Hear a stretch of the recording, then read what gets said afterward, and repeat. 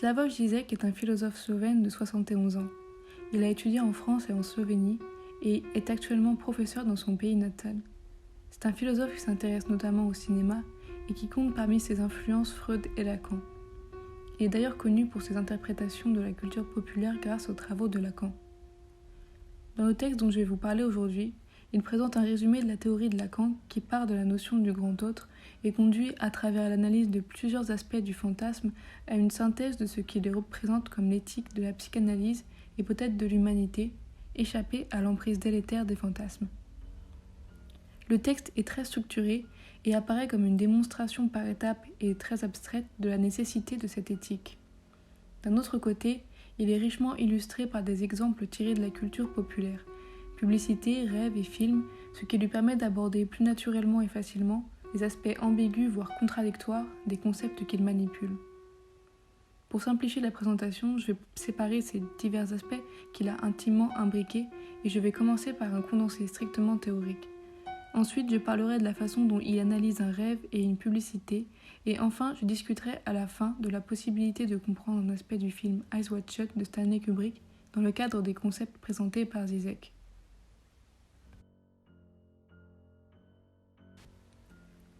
Il commence son exposé par la notion du grand autre structural en tant qu'ordre symbolique anonyme. Il s'agit de la troisième personne qui se dresse derrière chaque interaction entre deux individus. Dans la religion, par exemple, c'est Dieu qui est la cause de mes actions en tant qu'humain. Žižek rappelle que le grand autre présente un autre aspect, celui de l'autre phénoménal, qui est n'importe quel être humain avec qui je peux concrètement entrer en interaction, dans la mesure où il m'est a priori totalement étranger et que je ne veux pas savoir ni ce qu'il pense, ni ce qu'il désire. C'est face à lui que je dois me positionner comme être humain et avec qui je dois entrer en relation. Il est en ce sens l'un des objets premiers de ma pensée comme objet potentiel de mon désir, et devant son étrangeté originelle, je ne peux pas m'empêcher de me demander que veut-il. Son rôle central dans ma vie psychique est souligné par Lacan quand il dit « Le désir de l'homme est le désir de l'autre ». Ce qu'il veut dire d'abord par cette phrase énigmatique, c'est que nos désirs sont prédéterminés par l'ordre symbolique dans lequel on évolue. Mais Žižek pousse l'analyse plus loin.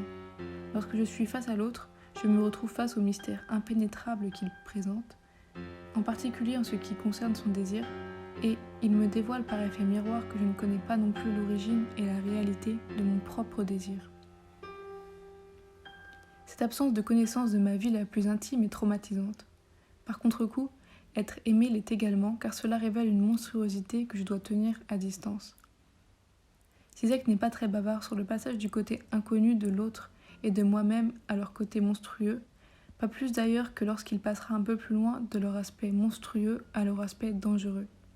Ce sont des traumatismes qui constituent la trame du réel psychique, qui est bien plus important pour moi que le réel phénoménal ou réalité, l'écoulement neutre des événements qui se déroulent autour de moi. C'est l'aspect traumatisant qui assure la promotion de la réalité banale en réel. Autrement dit encore, le réel, c'est la partie de la réalité contre laquelle je dois me défendre psychiquement. Je dois donc à tout prix chercher à éviter le choc traumatique qui résulte de ma rencontre avec le désir de l'autre. Mais comment faire ? Et dans la foulée, comment donner un contenu et un sens à mon propre désir ? La réponse pour Lacan est le fantasme.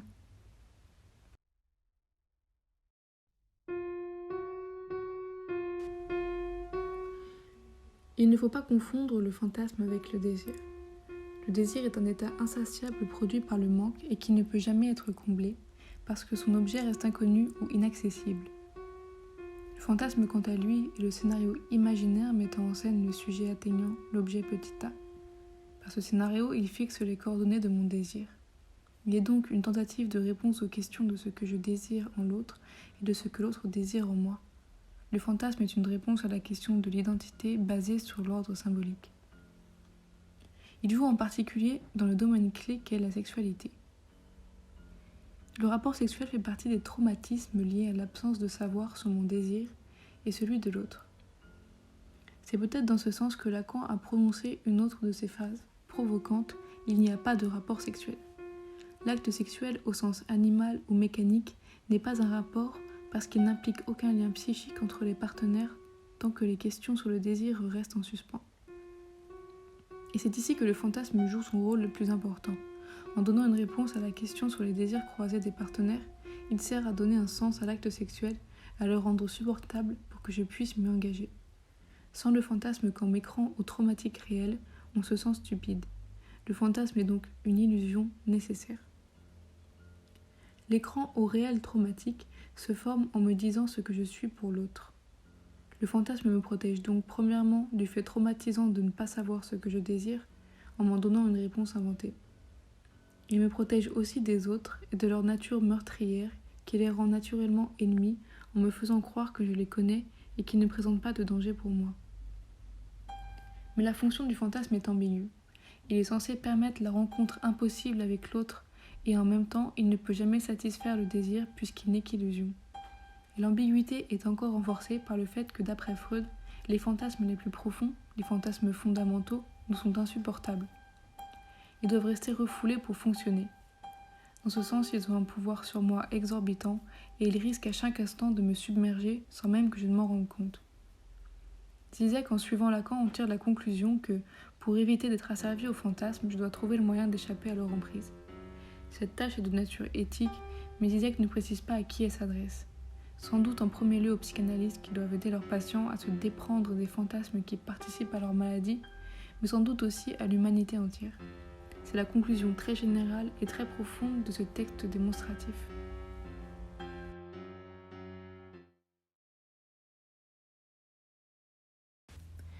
Cet aspect démonstratif et purement intellectuel est nuancé dans le texte de Zizek par son appel constant à des illustrations qu'il tire de trois médias qu'il met sur un pied d'égalité, le rêve, la publicité et le cinéma, dans lesquels l'inconscient s'exprime plus ouvertement car il est alors moins bridé par la censure.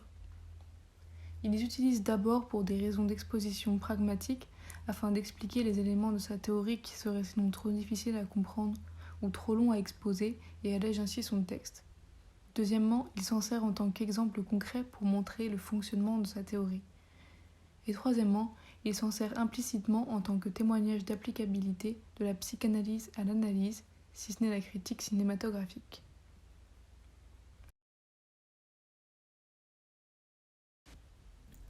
Pour illustrer la notion de fantasme et la phrase de Lacan « Le désir de l'homme est le désir de l'autre », Zizek reprend à Freud l'histoire d'une petite fille qui rêve d'une tarte aux fraises. Pour comprendre son rêve, au-delà de la simple satisfaction hallucinatoire d'un désir gourmand insatisfait dans la journée, il faut d'abord comprendre que cette petite fille, comme tous les autres enfants humains, est prise dans un réseau complexe de relations familiales dans lesquelles elle joue un rôle d'intermédiaire utilitaire entre ses proches. C'est un jeu que les autres jouent avec l'enfant, qui en est conscient, mais qui ne comprend pas quelle est sa place dans ce jeu, ce que les autres attendent d'elle. C'est par le fantasme qu'elle s'invente un rôle. Elle ne fantasme donc pas vraiment sur le fait de manger une tarte, mais elle fantasme de satisfaire le désir de ses parents, heureux de l'avoir apprécié ce qu'ils lui ont donné à manger, justement pour lui faire plaisir. Sa place est de satisfaire le désir de ses parents qu'elle aime manger des tartes. Son fantasme fixe donc son désir sur celui des autres, ses parents, et il lui dit ce qu'il est pour eux. Nous voyons que le rêve met en scène le fantasme, mais sans recul et sans analyse. C'est peut-être ce qui fait la différence avec la publicité et le cinéma que je vais discuter maintenant. Comme autre exemple, Zizek utilise une publicité de la télévision anglaise afin d'illustrer les aspects plus négatifs du fantasme et le démystifier, le ramener à son caractère prosaïque fondamental. Dans cette publicité, une jeune fille croise une grenouille qui se transforme, vous connaissez l'histoire, en un beau jeune homme après lui avoir donné un baiser. Il l'embrasse en retour et elle se transforme alors en bouteille de bière qu'il montre triomphalement. Il y a dans cette publicité amusante un jeu entre la réalité et deux côtés du fantasme.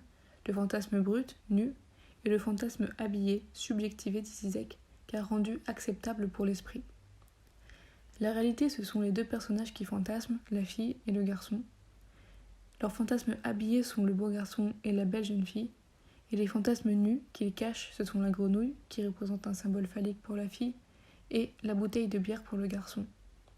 Les fantasmes habillés sont compatibles et psychiquement acceptables, c'est la jeune fille qui embrasse le garçon. Les fantasmes nus, désubjectivés, qui apparaissent nettement à la fin de la publicité, sont beaucoup plus problématiques. Cela se traduit par le côté un peu hilarant d'une scène qu'on imagine facilement à partir de la scène traditionnelle de conte de fées transposée en termes de fantasmes nus, celle de la grenouille qui embrasse la bouteille. Ce petit jeu permet à Zizek deux conclusions. D'abord, l'impossibilité de baser un rapport réel sur les fantasmes nus, car ils ne se rencontrent jamais. Le garçon désire une bouteille de bière et la fille un homme parfait.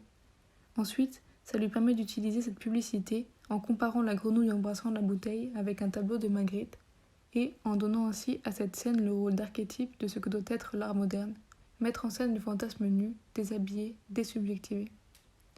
Même plus, Zizek présente ce déshabillage des fantasmes comme un devoir éthique de l'art contemporain qui renvoie à la tâche éthique ultime dont j'ai parlé tout à l'heure. Même si Zizek ne dit pas explicitement cette façon de voir, donne un angle d'attaque à la psychanalyse pour la critique artistique. Bien qu'il utilise pragmatiquement dans son texte plusieurs films comme illustration de sa théorie, on peut deviner qu'il invite aussi à l'inverse. Utiliser la théorie psychanalytique pour faire de la critique cinématographique. C'est ce dernier point que je vais discuter maintenant à partir du dernier exemple que donne Zizek, le film Eyes Wide Shut. Hello, Sky. Hello, Birds. Hello, sheep. Isn't it a beautiful day? Hello, Mr. Frog. I bet that if I were to give you a kiss, you'd turn into a handsome sheep shearer.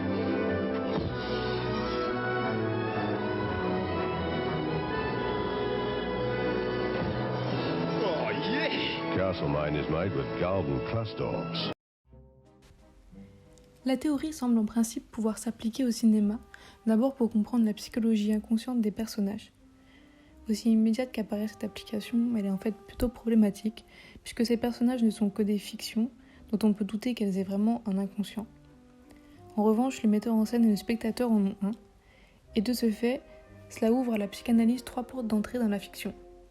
L'inconscient des personnages peut d'abord résulter d'une construction délibérée de l'auteur qui le fait transparaître, comme dans le monde réel, par l'écart entre son discours et ses actes dans un film réaliste. Dans un film moins réaliste, le même effet peut être obtenu par une construction onirique explicite qui visualise directement le fantasme aux yeux des spectateurs. Mais cet écart entre la vie consciente et la vie inconsciente des personnages peut tout aussi bien ne pas avoir été conçu comme tel par l'auteur. Il traduit alors des brides de son propre inconscient que le film sert, comme toute autre formation inconsciente, à lire. Enfin, le spectateur ou le critique peuvent être capables de percevoir consciemment ou inconsciemment également ces divers éléments qui fusionnent avec ses propres formations inconscientes. Cela rend en principe l'application de la psychanalyse assez acrobatique pour un non-spécialiste.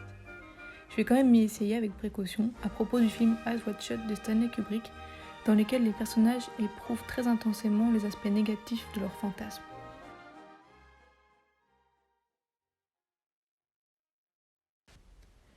Au début du film, le personnage joué par Nicole Kidman avoue son fantasme à son mari joué par Tom Cruise sous les effets de drogue. Do you remember last summer at Cape Cod? Yes. Do you remember one night in the dining room there was this young naval officer and he was sitting near our table with two other officers? Ce dernier est très perturbé par ce fantasme dans lequel elle révèle vouloir l'abandonner pour le tromper, parce qu'il se rend compte que sous cette forme nue, il n'y a pas sa place. Il se retrouve donc, comme la petite fille à la tarte aux fraises, devant l'énigme du double désir, celui de sa femme, mais surtout par retour de vague devant le sien. Il va alors partir en quête dans le but inconscient d'élever son fantasme au niveau de celui de sa femme. Le confort de sa vie de couple dans la réalité phénoménale était basé sur leur fantasme habillé, subjectivé, dont une partie consistait chez lui en la domination et confiance qu'il pensait ou fantasmait avoir sur elle et qui s'est évaporée par le dévoilement de son fantasme nu.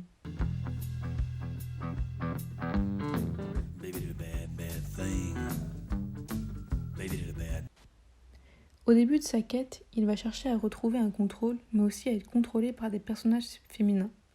Cependant, à chaque fois qu'il s'approche de la réalisation de son fantasme, à travers des jeunes femmes qui sont un peu tentatrices, le monde réel, dans le double sens intérieur et extérieur, s'y oppose.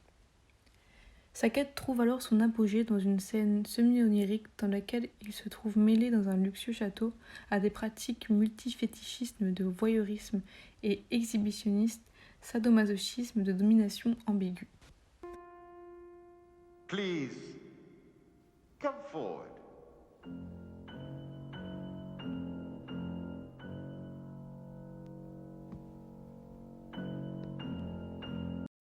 C'est une femme, qui représente peut-être sa mère, qui prend son destin en main et le sauve de son père alors, en sacrifiant sa vie.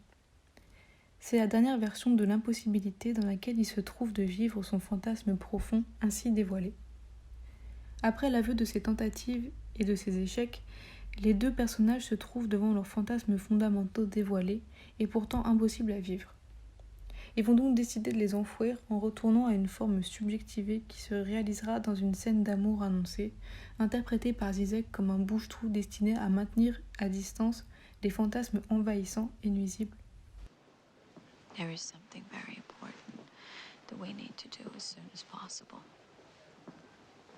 What's that? Fuck.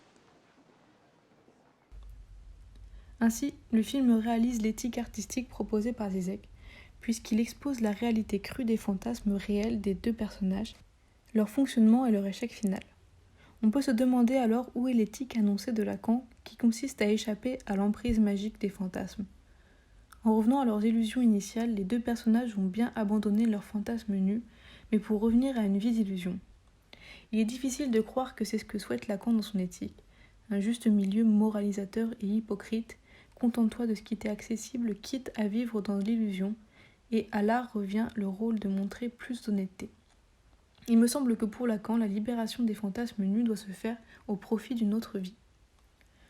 Le texte étant muet sur cette question, je vais me risquer à une hypothèse.